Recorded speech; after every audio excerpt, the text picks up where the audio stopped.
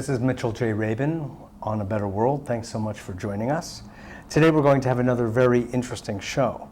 We have with us Don Beck, who has been pioneering the work of something called spiraldynamics.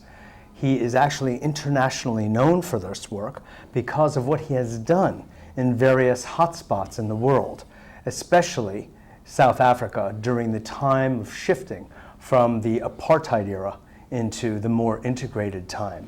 Don was one of the people who helped to make that transition very smooth, or relatively smooth, I should say. And that's because of the implementation of the work that a mentor of his, Claire Graves of Union College of New York State, originated. And it is called spiraldynamics, and Don is going to be speaking with us about what that is, and in a sense what its implications are, ramifications are for our society as a society-changing kind of tool. So we're going to be learning some really interesting things today that can really help make a difference in our understanding of socioeconomics and our direction in the world as it currently stands now. Good to have you, Don. Well, thank you. Pleasure. Glad to be here. So glad.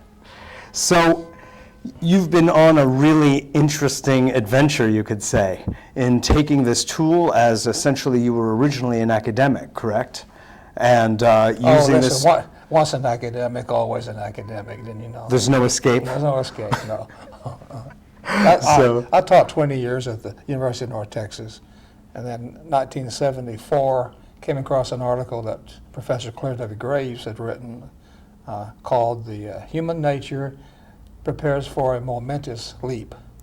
I said, "What is this?" So I call him. Is he kidding? Yeah, so I go to Union College in Schenectady, New York. I'm from Texas, and that's a long way up there. Sure. And so that began a long-term relationship until his death in 1986. So you basically agreed with his assessment. Oh, I thought it was brilliant, but also he had evidence behind it. I mean, he didn't just dream this theory up. You know, for years he was studying thousands of people in terms of what they think normal people are like, what is human nature, and from that began to see patterns. He didn't invent the patterns, he uncovered the patterns. Mm-hmm. And he and Maslow were good friends, Abe Maslow at Brandeis, and they had a friendly debate of whether or not there are levels beyond self-actualization. I'm sure many in your audience will know about that pentad with the top. But he found in his research people expressing worldviews beyond self-actualization. And so he and Maslow had a friendly academic debate until Maslow's death. But spiral dynamics is... But essentially what you're talking about and saying Graves uncovered is a human typology. It is, yeah. Which also then sits among a series of different human typologies that have been developed over the years. I mean, right now we're right next door to the Jung Center, for instance, and Jung is credited with a very sophisticated form of human typology, and of course many others over the years. How would you say this is distinct from what preceded it? Jung, like others, operates out of a quadrant model, and the Graves model has no limit to it. He's identified 8 systems, with the 9th one on the horizon. So rather than a closed system, it's an open evolutionary system that explains how people change, how countries change, what the real conflicts are geopolitically. And so a lot of people use Jung and various aspects of Jung. I found the Graves paradigm to be most useful because, one, his research. I mean, he has real quantifiable scientific research behind it, as opposed to simply making up a nice theory.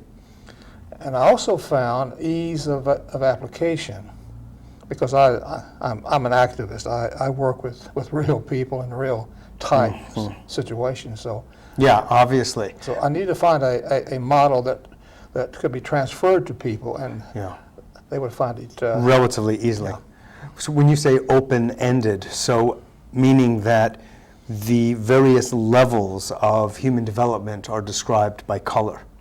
Are you saying that there isn't a ceiling on the coloration? that there's Well, an infinite rainbow, so to speak? well, now the use of color has no importance at all. It's a communication device, because I could talk to Mandela and he'd say, "Am I being blue enough?" in terms of Sure. the fourth level system. Right, it's just a form of language, that's Yeah, all. but- It's a code. But the theory holds that there is no final state. That's what I meant, that Every it can go beyond violet and what have you. beyond, yeah, okay. That's what you mean by open-ended. Oh, yes, for sure. We don't even know what the final, if there is a final one at all. And here's a key part of this model, that these worldviews, Weltanschauung's, emerge from life conditions. It's not a Calvinistic script where these are predetermined. Rather, they are adaptive intelligences to life conditions. And as life conditions change and become more complex or less complex, it means our survival has depended upon us rising to the occasion. And so They're dynamic. that's right, and adaptive to life conditions. So that's why there is no final stage. Well, good, I'm glad. Wow, yeah. What would characterize Graves' research? I mean, what is it that really turned you on about it that had you essentially commit your life to its promulgation I and was use? trained at Oklahoma in psychophysical measurements, as opposed to verbal. We fill out a test question, and his data came out of that field, where he would simply expose people to a subliminal testing when they first saw words to push buttons. So they didn't know what they were doing or why they were doing it. And so it was that kind of data that really got my attention, because I had a bias toward that, because people can lie and be anything that they think you want them to be. What were you measuring? Were you measuring skin resistance, or That was one, but speed of recognition of symbols was the other one. oh, as in reading, as in perception? Yes, yeah. So that really woke me up to the fact that here's a whole way to do research that bypasses that verbal self-reporting, pencil and paper sort of thing. Sure, no, I understand. So it had a real substance behind it. So I began to field test it myself at the university, and dissertations and theses, and I had probably studied 50,000 people by now. So we have a huge data bank. Wow. And South Africa, because of the microcosm, all the value systems that Graves had seen in research were live, impinging on each other. So we had a wonderful place to do research.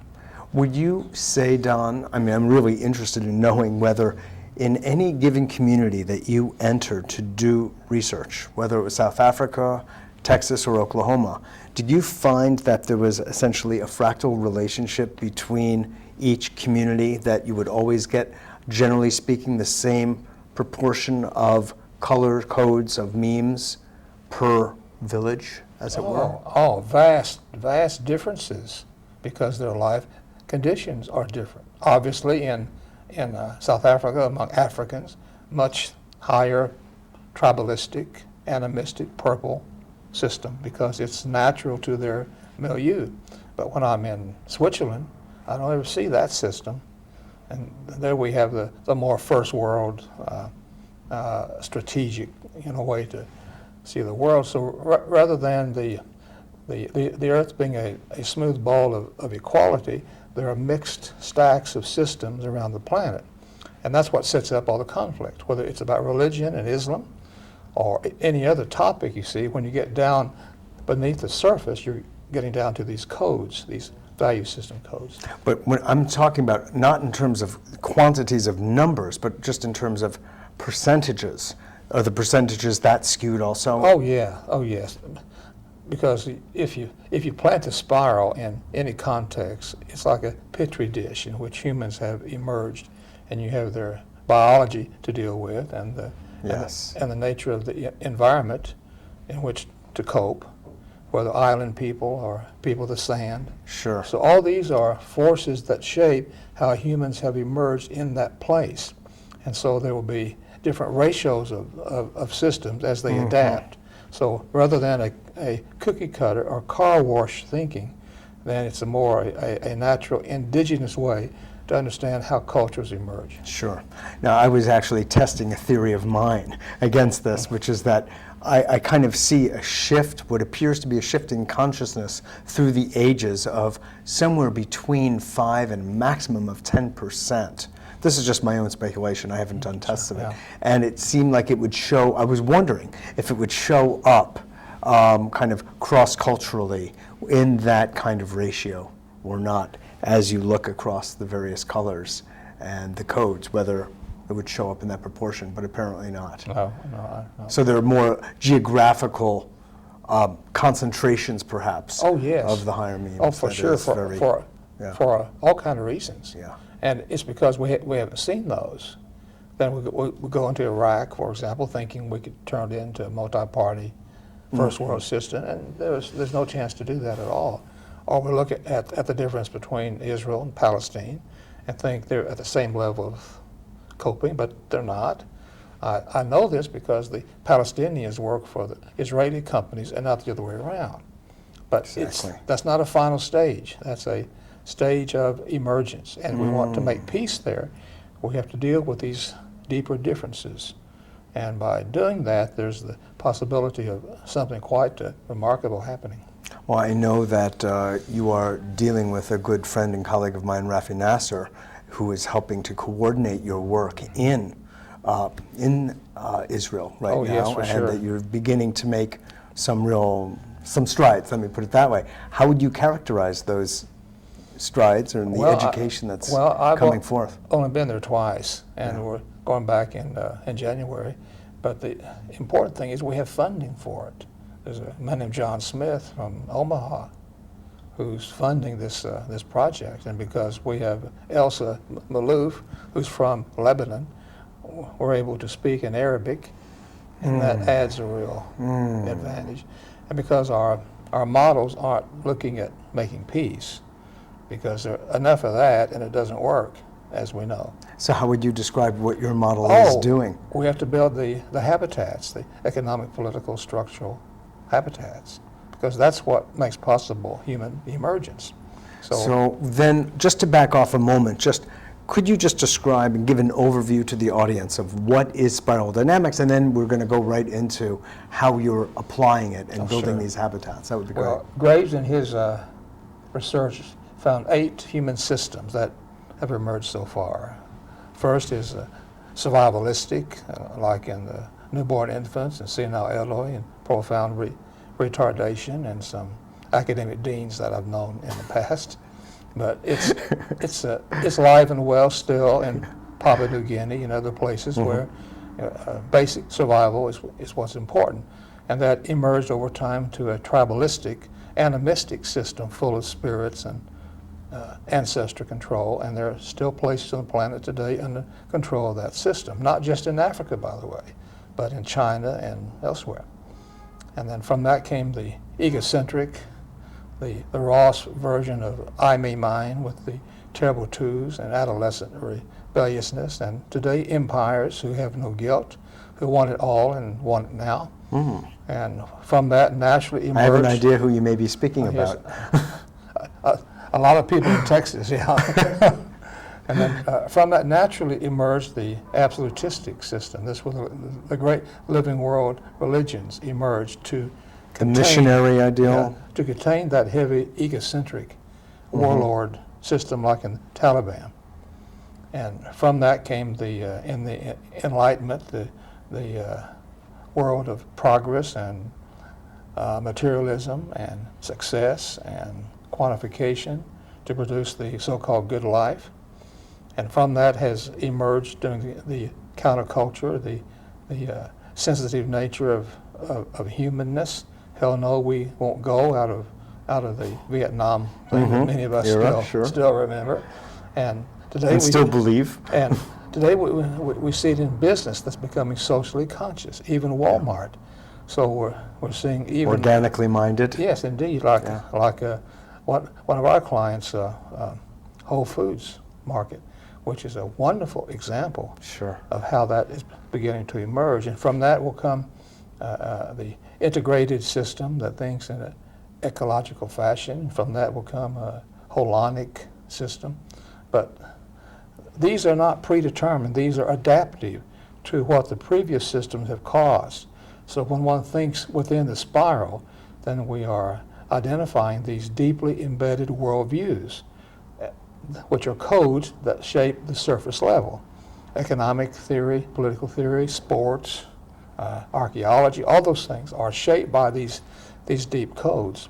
So each human system or meme is always, as Ken Wilber would say, transcending and including what's below it. And it's always inclusive and integrating. Yes, and we've added transcend and anticipate what's next.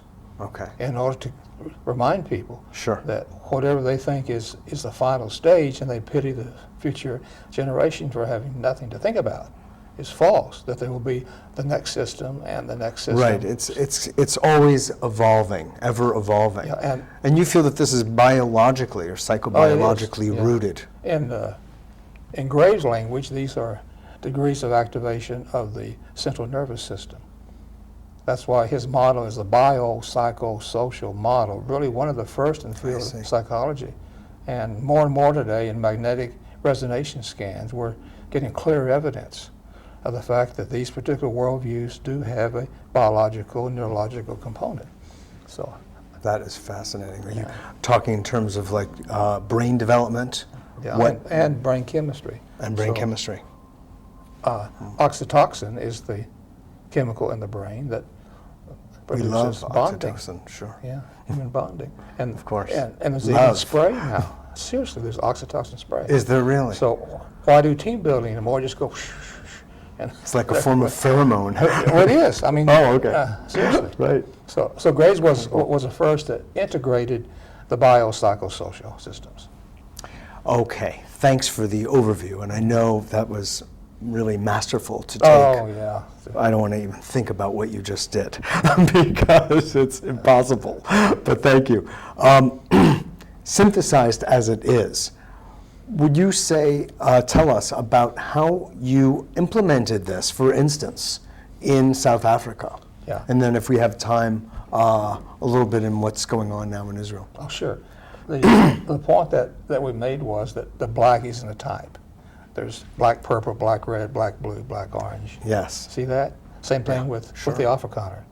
Same thing with Muslim. It's not a single system. There are multiple expressions. Surely. And so we get in trouble when we stereotype and find stigmas and can't see the spectrum. So by rejecting the categories of black, white, African, European, and in their place, putting in the mindsets, then I could explain to F.W. de Klerk that the Afrikanerness that had emerged in his day had comparable systems in the African National Congress. And they could make a deal. I see. Which they did. Because they were speaking the same language, because they were operating on the same, at the same meme. That's right. And here's how we get beyond the tyranny of race.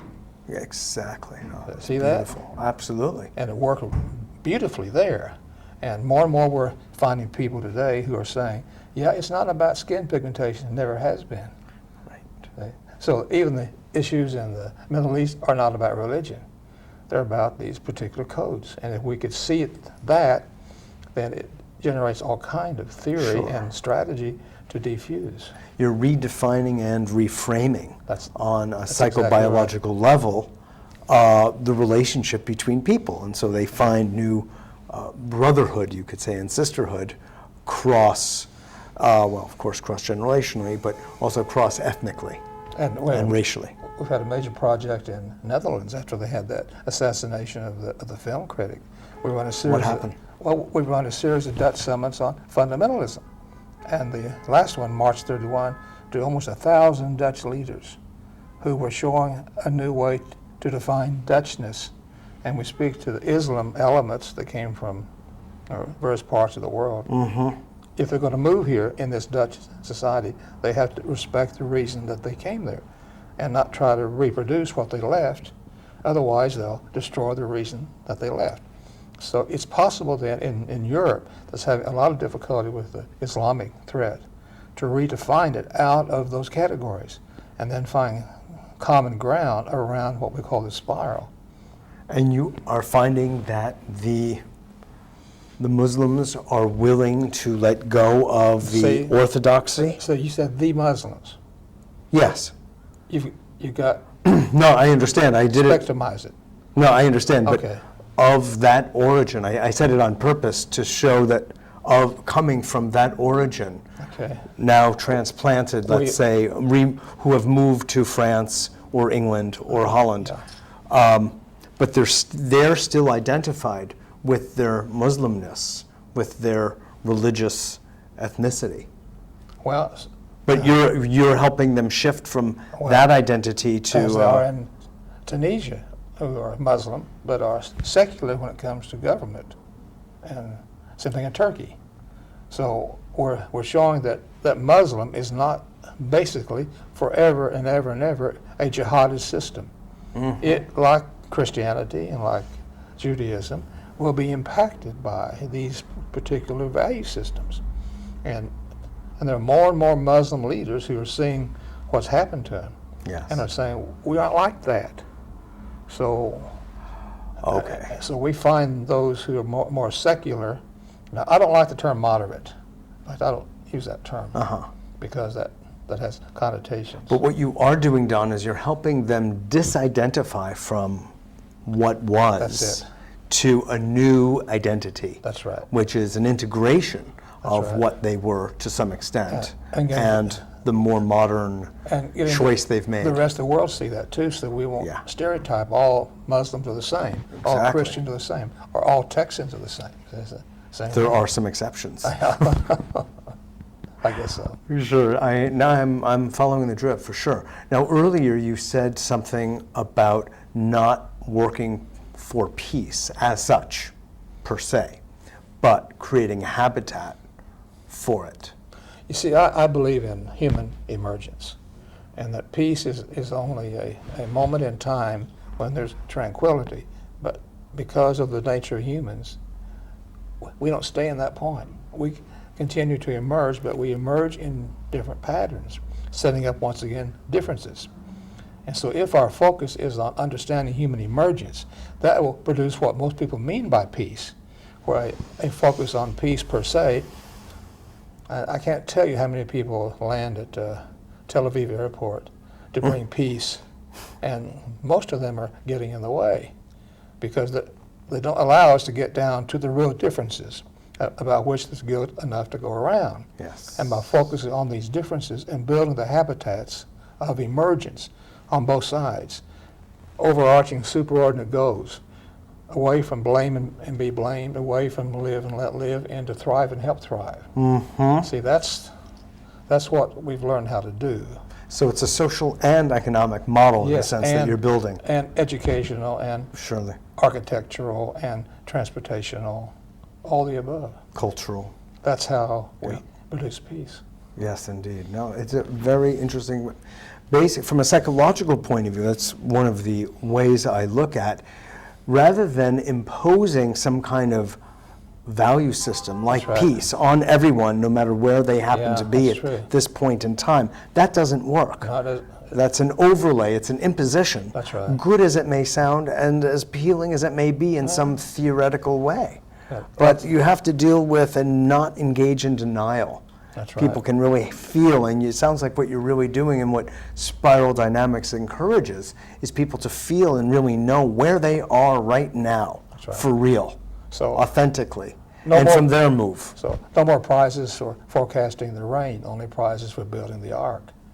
Yeah. So we're into ark building. Right. If you I follow what I'm understand. saying. Yes, I do. Great, so we have to mate up. Oh, yeah, and there's plenty of money, there are plenty of good ideas, we simply haven't got them aligned. Yeah. And so by getting the whole system aligned, then it's amazing what we can do and what we can do quickly. And I think that we're reaching the stage where we better do something quickly. Well, that was going to be my last question to you is, what do you foresee, to whatever extent you can, based on your very good knowledge of the world situation, and I should say the world crisis. Do you see human emergence occurring? I mean, is that still open? Is that still a door open? Always has. I mean, we're still I here. know it aren't has, we? yeah, this Aren't we, minute. Mitchell? But as we sit here, Yes. you know, huge There are serious portions of threats. ice are melting in Greenland and Antarctica and It's the happened Arctic, and it's before.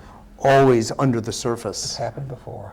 Uh-huh. Just And we had an because- ice age. Oh, yes. And what's wrong with an ice age? Nothing. Yeah. Okay. So, What- whether the species lives or not is not the point. Or lives as high on the hog as we are. Ah, well, that, I mean, we're not in control of that, you see, but we can adapt to it the best way we can. We can act in a responsible fashion, for sure. But I don't think the cockroaches are going to take over. Even here I'm in relieved. New York City. is there anyone in this current administration or in the United States government that is calling for any of your expertise? Well, the junior senator from Illinois talks this language. Oh, And- really? Oh, yeah. And he's very advanced in terms of his understanding. You know, African background, Yes, of you know, course. which is sometimes important. He's impressive. And I think that we'll begin to see some minds begin to open in what we call transpartisanship, because we go beyond bipartisan even, and how we Good. can function in a transpartisan fashion. Good. Well, I'm going to feel happy then, and Oh, a yes. sense of hope. Oh, for sure. I'm encouraged. Yes, for sure. Well, thank you very much for your work, Don. It's just, it's a Thank pleasure to hear someone on the path that you're on, spreading the word as you are, and actually implementing what you're doing in the hot spots of the world. Thank you very much. Absolutely, thank you. This is Mitchell J. Rabin for a Better World. I hope you got an education like I did about spiral dynamics. Thanks so much for joining us, and there's a lot more to it, a lot more. So I'll give you the website so you can look into more for yourself. Thanks again for joining us, and I'll see you all next week.